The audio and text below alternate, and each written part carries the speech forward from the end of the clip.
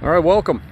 We have today this rather used looking Barco 160A or 160 Alpha for you military types. Barco 160A. This data plate I cannot make out, but there's one up there mid-screen by the stairs I can make out, and some others. That cab is a Litchfield cab. They've been around since 1962. The internet claims that these were made between 1989 and 2003. It just looks way older than that. I think you might agree.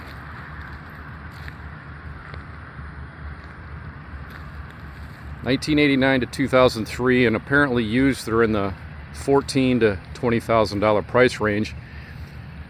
It does only have 4,900 hours on it, so it's but man, it looks beat up. But I know it runs because it moves around. So it's got a Cummins on it, and it's got a Cummins injection pump. I did investigate that. But she's beat up. The look of it is either horrible or really cool, depending on your point of view.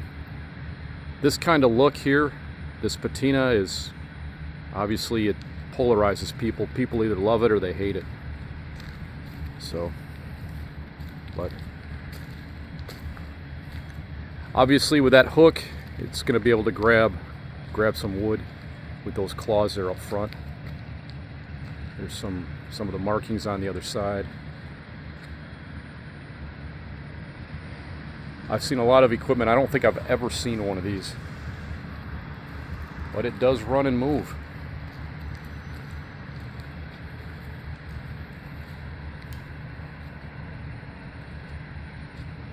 Barco, Barco 160A. And then if you really want to dig into it, it's a 160A space TM, like Tango Mike, if you want to investigate it further and look it up.